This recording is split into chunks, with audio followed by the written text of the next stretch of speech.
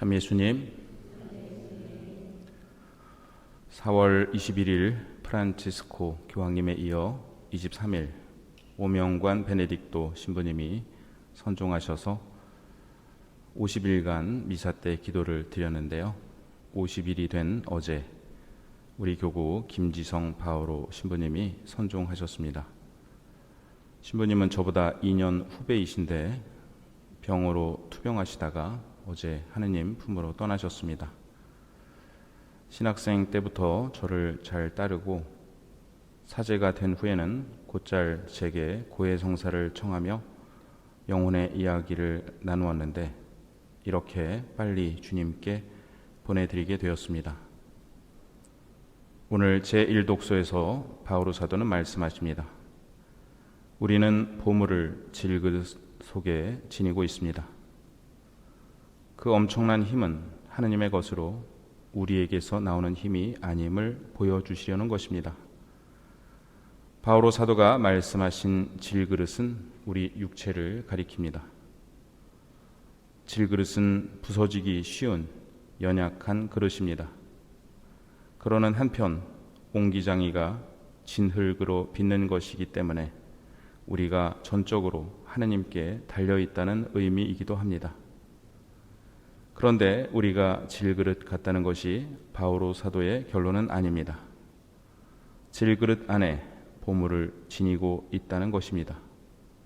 이 보물은 사도께서 앞서 말씀하신 바대로 예수 그리스도의 얼굴에 나타난 하느님의 영광에 대한 지식, 그리스도의 영광의 복음, 그리고 바오로 사도의 직분을 의미합니다.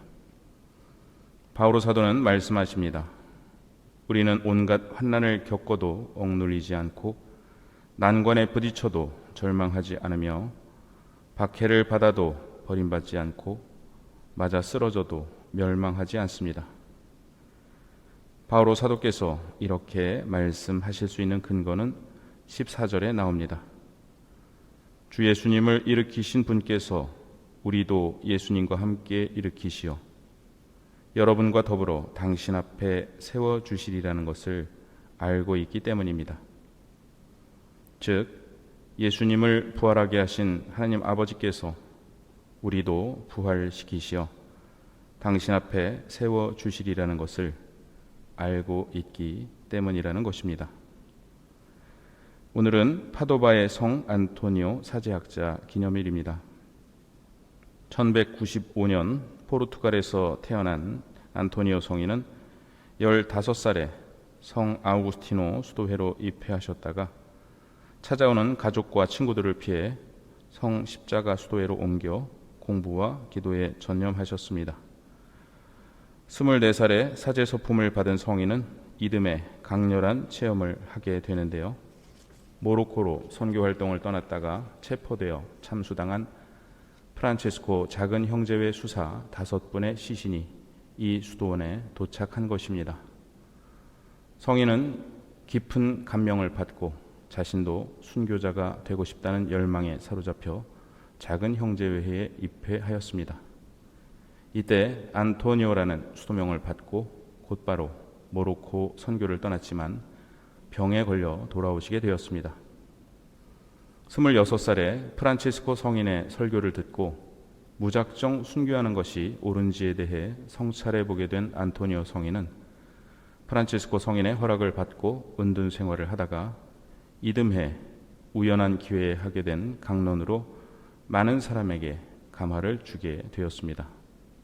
이후 이단자들을 부수는 망치라는 별명을 얻으실 정도로 이단자들을 회도시키는 순회 설교를 하셨고 35세 나이에 병으로 선종하셨습니다. 이탈리아에는 물건을 잃어버리면 안토니오 성인께 기도하는 관습이 있는데요. 이것의 유래는 다음과 같습니다. 안토니오 성인은 학생들을 가르칠 때 사용하기 위해 시편집을 갖고 다니셨는데 한 수련자가 이 시편집을 몰래 가져갔습니다. 성인은 빨리 시편집을 찾을 수 있기를 기도하셨는데 수련자가 죄를 뉘우치고 성인께 돌려드렸다고 합니다.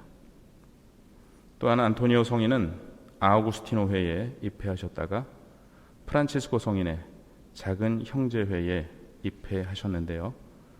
마치 프란치스코 교황님과 아우구스티노의 출신이신 레오 교황님을 연결하는 다리처럼 느껴지기도 합니다. 성인들의 삶을 묵상하다 보면 너무나 이른 나이에 선종하신 것을 알고 놀랄 때가 있는데요. 안토니오 성인 역시 35년 10개월이라는 짧은 생애를 사셨습니다. 돌아가신 이듬해인 1231년 그레고리오 9세 교황에 의해 성인 품에 오르셨는데요. 3년 전인 1228년에는 프란치스코 성인이 역시 그레고리오 9세에 의해 시성되셨습니다. 지상에서 하실 바를 다 하셨다고 판단하기에 교회는 성인들을 시성하는 것이겠지요. 사실 프란치스코 성인도 48살에 선종하셨는데요. 안토니오 성인은 35이라는 나이에 선종하시면서 본래 꿈꾸셨던 순교는 하지 못하셨지만 일생을 하나님을 위해 바치시며 공부와 기도로 얻은 바를 설교로 세상에 전하셨습니다. 우리 생각으로는 너무 이른 나이에 주님께로 떠나는 분들, 특히 오늘 김지성 바오로 신부님을 주님께 맡겨드리며 제1독서의 말씀을 다시 묵상합니다. 우리는 보물을 질그릇 속에 지니고 있습니다. 그 엄청난 힘은 하나님의 것으로 우리에게서 나오는 힘이 아님을 보여주시려는 것입니다. 우리는 언제나 예수님의 죽음을 몸에 짊어지고 다닙니다. 우리 몸에서 예수님의 생명도 드러나게 하려는 것입니다. 주 예수님을 일으키신 분께서 우리도 예수님과 함께 일으키시어 여러분과 더불어 당신 앞에 세워주시리라는 것을 알고 있기 때문입니다. 떠나 예수님께서 분부하신 산으로 갔다. 그들은 예수님을 뵙고 엎드려 경배하였다. 그러나 거라는 의심하였다. 예수님께서는 그들에게 다가가 이르셨다. 나는 하늘과 땅의 모든 권한을 받았다. 그러므로 너희는 가서 모든 민족들을 제자로 삼아 아버지와 아들과 성령의 이름으로 세례를 주고 내가 너희에게 명령한 모든 것을 가르쳐 지키게 하여라. 보라, 내가 세상 끝날까지 언제나 너희와 함께 있으리라.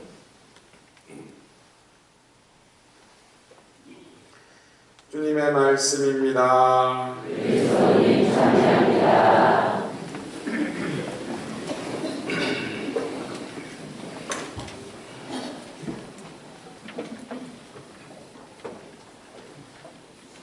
오소서 성령님. 안녕하세요.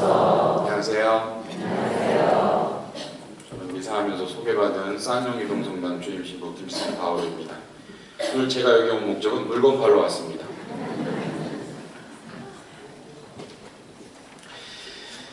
지금은 강론 시간이니까 먼저 복음 말씀에 대해 이야기하고 우리 문당에 대해서는 좀 이따 얘기하도록 하겠습니다.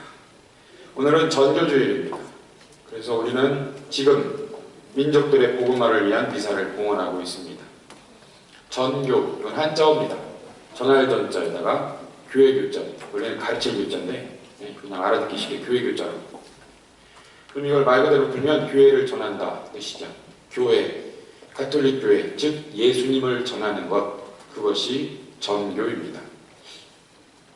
근데 우리는 전교 그러면 예수님을 모르는 사람들한테 예수님에 대해 알려줘서 세례받게 하는 것이라고 생각을 합니다. 근데 세례받으면 끝나는 걸로 생각을 하는 거죠. 그런데 오늘 복음 말씀에 비추어 보면 이렇게 생각하는 전교는 반쪽짜리 전교입니다. 올바른 의미의 전교는 오늘 복음 말씀에서 예수님 말씀을 들어보면 알 수 있습니다. 오늘 예수님께서 승천하시면서 제자들에게 마지막으로 사명을 남겨주십니다. 너희는 온 세상에 가서 모든 민족들을 제자로 삼아 아버지와 아들과 성령의 이름으로 세례를 주고, 이게 첫 번째 명령입니다. 세례를 주고 내가 너희에게 명령한 모든 것을 가르쳐 지키게 하여라. 이게 두 번째 명령입니다. 세례를 주고 지키게 하여라. 왜 이 긴 구절을 두 구절만 쭉 줄였겠습니까? 외우시기 편하라고 그런 겁니다. 예수님이 나에게 주신 사명이 무엇인지 첫 번째 세례를 주고 두 번째 지키게 하라. 결국 전교란 세례 주는 것으로 끝나는 것이 아니라 예수님 말씀대로 살아가게 하는 것, 그것이 전교입니다. 예수님 말씀대로 살아가게 하는 것, 이걸 세 글자로 줄이면 복음화입니다. 이게 바로 화자가 될 화자죠. 복음이 되다, 복음처럼 되다. 내가 복음화 된다, 이게 뭡니까? 내가 복음이 된다는 얘기입니다. 즉 내가 복음 말씀대로 살아가는 것, 그게 나의 복음화입니다. 사회의 복음화는 뭐겠습니까? 우리 사회가 복음 말씀에 따라 살아가는 것, 그게 사회의 복음화. 그리고 우리는 지금 이 미사를 봉헌하고 있는 건 민족의 복음화입니다. 우리 민족이, 그리고 세상 모든 민족이 하느님 말씀에 따라 살아가게 하는 것, 그러려고 지금 우리가 지금 이렇게 미사를 봉헌하고 있는 것입니다. 결국 예수님이 원하시는 건 무엇이겠는가? 세례받은 사람의 숫자를 늘리는 것인가? 그럴 수도 있겠죠. 그러나 더 큰 의미로 본다면, 더 정확한 의미로 본다면 예수님 말씀에 따라 사는 사람들을 늘리는 것, 그게 예수님의 뜻이고 예수님이 승천하시면서 사도들에게 내리신 사명이고 이제 사도들로부터 이어오는 우리 교회, 우리 가톨릭 교회가 해야 할 일이 바로 그것입니다. 예수님 말씀에 따라 살아가도록 인도해 주는 것, 예수님 말씀에 따라 살아가는 것. 그런데 문제는 이런 사명을 우리가 받았는데 다른 사람을 복음 말씀에 따라 살아가게 하려면 누가 먼저 변해야겠습니까? 내가 먼저 변해야 합니다. 내가. 우리는 복음 선포라는 이야기를 들으면 해야겠다는 생각까지 합니다. 근데 정말로 하려고 하면 도대체 무슨 말을 전해야 할지 막막합니다. 복음 선포는 해야지. 맞아. 하긴 해야 돼. 우리 윗집, 아랫집, 옆집, 그리고 가장 가까이 우리 가족. 그래서 뭐라고 하긴 해야겠는데 뭐라고 해야 할까? 무슨 말을 전해야 할까? 정말로 무슨 말을 전해야 할까요? 중년에 친한 두 명의 남자가 있습니다. 이 사람들은 흔히 말하는 불알 친구, 서로 잘 나가는 사람들. 그러니 얼마나 잘 짝짝꿍이 많겠습니까? 서로 많이 돌아다녔어요. 놀러도 가고 여행도 가고 운동도 하고. 주로 비신자 측에서 연락이 왔었습니다. 이 비신자 쪽이니까 주일날 성당 가는 줄 모르잖아요. 이 사람은 쉬는 날이니까. 한 명은 신자고 한 명은 비신자였던 거죠. 비신자 측에서 계속 연락을 하는 거예요. 신자한테. 주일이든 언제든. 쉬는 날이면 하여튼 간에 같이 놀러 가자, 여행 가자, 뭐 하러 가자. 그런데 주일이 되면 비신자 측에서 연락이 오면 이 신자가 기특하게도 나는 성당 가야 하니까 오늘은 같이 못 가겠네. 미안해. 성당 갔다 온 다음에 가든 아니면 다음에 가자. 그렇게 했던 거예요. 기특하죠. 훌륭한 신자입니다. 근데 이러기를 몇 번 했어요. 근데 그러던 어느 날 또 주일날 비신자 측에서 전화가 왔어요. 야, 놀러 가자. 그러니까 또 신자가 또 그렇게 얘기를 한 거예요. 난 성당 가는 거 알잖아. 주일인데. 근데 평상시는 그냥 끝더니 오늘은 비신자가 웬일로 한마디를 더 하더랍니다. 그래? 성당 가야 돼? 그런데 네가 다니는 성당이라는데 네가 가는 그 미사라는 거 별로 재밌지도 않고 좋지도 않나 봐. 라고 얘기를 하더랍니다. 그래서 신자가 깜짝 놀라갖고 무슨 소리야. 내가 성당 가는 게 좋으니까 가장 친한 친구인 너랑도 놀러 가는 거 안 가고 성당 가는 건데. 그랬더니 비신자가 한마디 더 하죠. 그래? 그렇게 좋은 데였어? 그러면 너는 왜 나한테 한 번도 같이 가자고 얘기 안 했어? 나는 여행 가는 게 좋고 놀러 가는 게 좋고 운동하는 게 좋아서 내 가장 친한 친구인 너한테 그 좋은 거를 함께 하고 싶어서 늘 너한테 제일 먼저 전화 걸어서 같이 가자고 하는데 너는 성당이라는 데가 그렇게 좋으면 왜 가장 친한 친구인 나한테 한 번도 같이 가자고 안 해?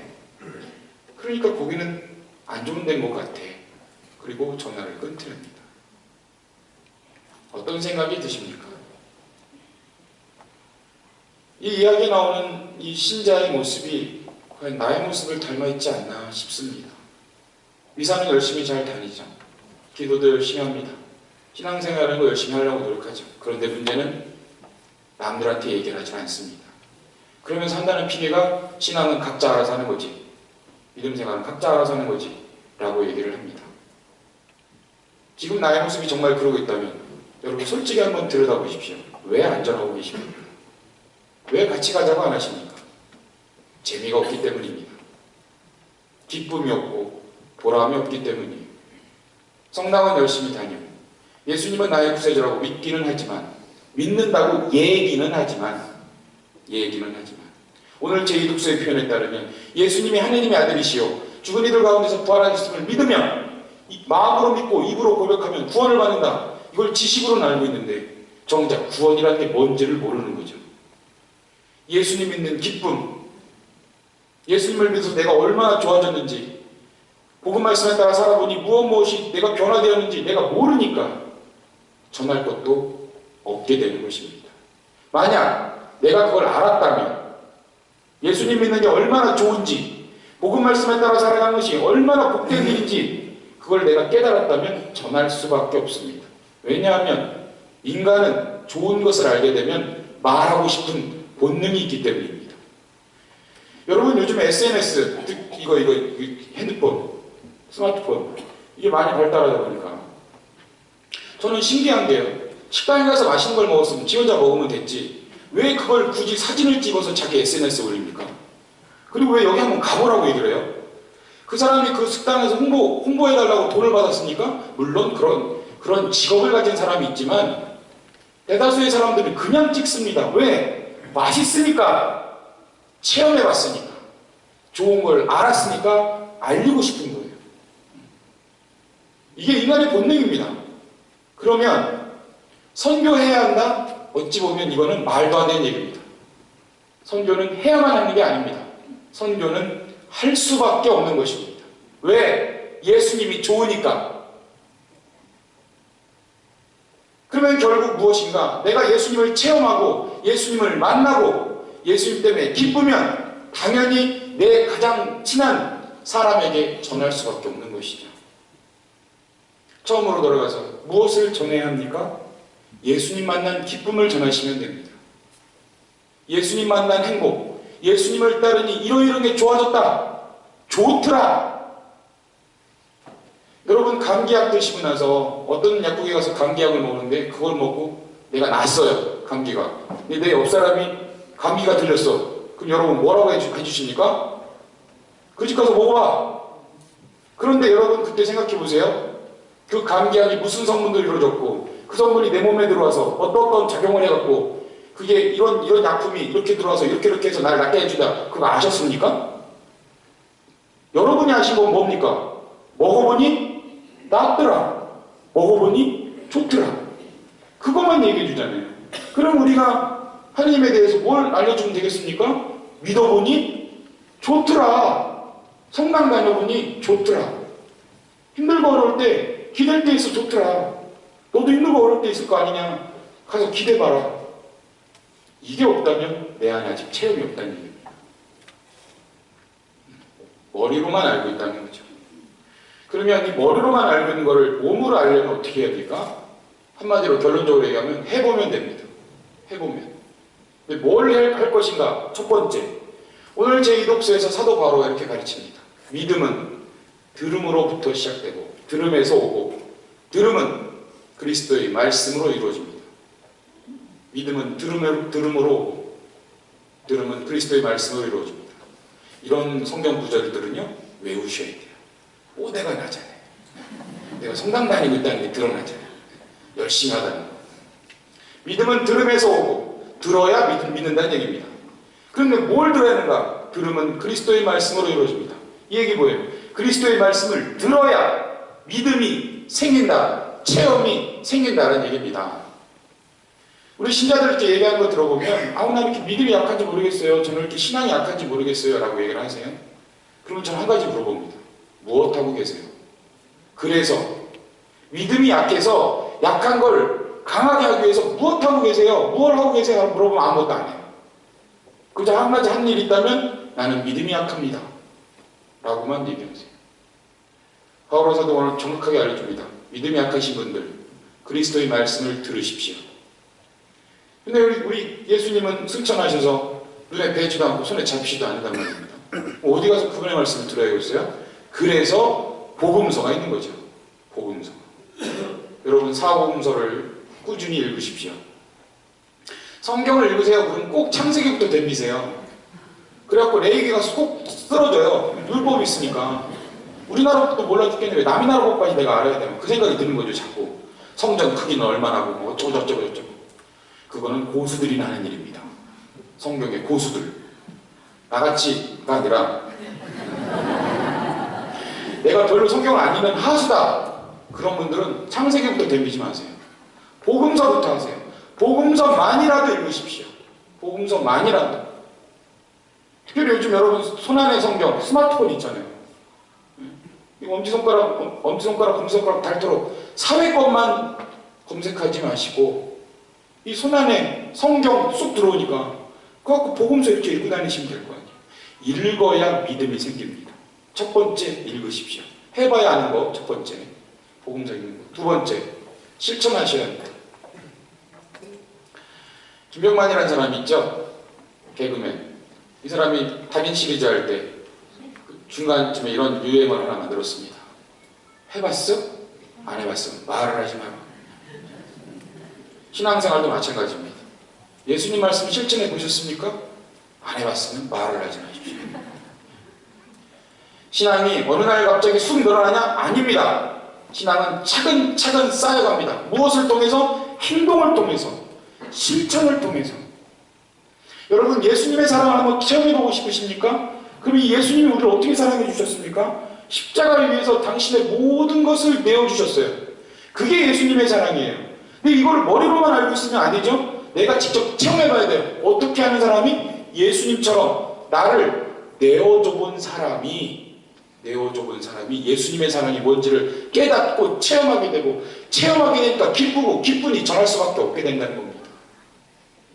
결국 이게 뭐예요? 안 하는 사람은 아무것도 없다는 거예요.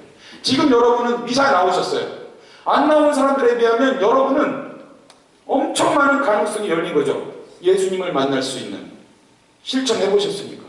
근데 이것만으로 만족하지 마시고 여러분의 일상 삶 안에서 예수님 말씀 읽고 묵상하고 무엇보다 그 말씀에 따라 한번 살아보시면 그 살아가는 과정 중에, 실천하는 과정 중에 예수님이 누구신지를 깨닫게 되실 겁니다. 만나시게 될 거라는 거예요. 사랑해본 사람, 내어줘본 사람, 봉사해본 사람, 희생해본 사람, 용서해보려고 노력한 사람, 그런 사람이 예수님을 만납니다. 이런 의미에서 나는 성당 미사만 다니고 아무것도 안 할 거야. 이거는요, 난 예수님 안 만날 거야. 그 얘기입니다. 성당 다니면서 아무것도 안 하고 본당에 봉사할 게 널려있는데 난 몰라. 미사만 나와준 것도 고맙다고 그래. 라는 마음으로 그냥 왔다 갔다만 하면 어디서 도대체 예수님을 만나보겠다는 얘기예요? 그나마 성당이라도 1시간 나오는데 그렇게 좋다 이겁니다. 일상생활 안에서 여러분 월화수목금토 예수님 생각 몇 번 해보십니까? 예수님 말씀을 실천하고 몇 번 노력해보세요. 그냥 1시간 이 성당 나오는 것만 만족하고 계시다면 어디서 예수님을 만날 수 있냔 말이에요. 그렇게 예수님을 못 만나니까 전할 것도 없는 거죠. 구원이 뭔지도 모르고 기쁨이 뭔지도 모르고. 근데 어쩌다가 내가 재수가 없어갖고 세례 같은 건 받아나갖고 안 나오면 지옥 가되니까, 안 나오면 벌 받는 데니까, 깨름직하되니까 어쩔 수 없이 1시간 나와서 그냥 앉아있기는 한데 빨리빨리 끝내서 집에 좀 보내주지. 저거는 16분이 넘어가도록 강론이나 계속 했어요. 그런 생각이 드는 거죠. 이렇게 족쇄처럼 느껴지니 누구한테 가자고 해보고 싶었어요. 내 자녀한테 굳이 내가 손을 잡고 오고 싶었어요. 내가 만약 그렇다면 말입니다. 이왕에 예수님 만나본 거, 예수님 믿겠다고 세례 받아본 거 한번 직접 만나봐야 하지 않겠습니까? 그러면 처음부터 다시 복음서 읽으시고 그 말씀을 여러분 삶 안에서 실천하도록, 한 번이라도 더 실천하도록 노력해 보십시오. 그리고 이 모든 과정 안에서 기도하셔야 합니다. 오늘 맨 마지막 구절, 보라 내가 세상 끝날까지 언제나 너희와 함께 있겠다. 근데 문제는 안 보인다는 거예요. 안 잡힌다는 거예요. 내 손에 예수님이 맨날 함께 있겠다고 말만 했지. 그러면 그분을 내가 어떻게 체험할 수 있겠어요? 기도를 통해서. 여러분 주위에 선교 잘하는 분들이 분명히 있습니다. 그분들이 어떻게 사시는지 한번 보세요. 그분들 손에서는 묵주가 떨어지지 않습니다. 늘 기도하세요. 하나님한테 의탁하시는 거죠. 예수님한테 도와달라고. 그러면서 힘들고 어려운 봉사 자리에 누가 있냐? 그분이 계십니다. 그분은 늘 그렇게 남들을 위해 봉사하고 어려운 자리에 있으면 꼭 찾아가고 힘든 사람 있으면 가서 위로해주고 그렇게 기도하고 봉사하시니 그분이 하는 말에 힘이 있는 거예요. 그래서 그분이 가자고 하면 다 따라와요. 고마우니까. 여러분 솔직히 생각해보세요. 여러분이 처음에 성당 오실 때 누군가 여러분한테 신앙을 전해줄 때 제일 처음에 삼위일체가 뭐니, 교회가 뭐니, 신교가 뭐니 뭐 그런 얘기 해주셨습니까? 아니죠. 우리가 그런 말 때문에 이 자리에 왔습니까? 아닙니다. 나를 이끌어주는 그 사람이 좋아서 온 겁니다. 그 사람이 좋아서. 그 사람을 믿는 하느님이 어떤 분인지 궁금해서 온 거예요. 가장 좋은 선교는 우리의 삶입니다. 내가 먼저 복음화되는 거. 내가 먼저 예수님 말씀을 따라 살아가는 거. 그런 모습으로 살아갈 때 그런 나를 보고 사람들이 다가오겠죠. 전교주일입니다. 오늘만이 아니라 우리의 모든 날이 전교의 날이 되어야 합니다. 왜냐하면 그러라고 예수님이 우리한테 시켰습니까? 그런 예수님을 우리가 믿고 있습니까? 그러니 여러분의 일상삶 안에서 예수님을 찾으시고 예수님을 만나시고 그 만난 기쁨을 만난 행복을 여러분의 가족과 이웃에게 전하십시오. 여기까지가 강론입니다.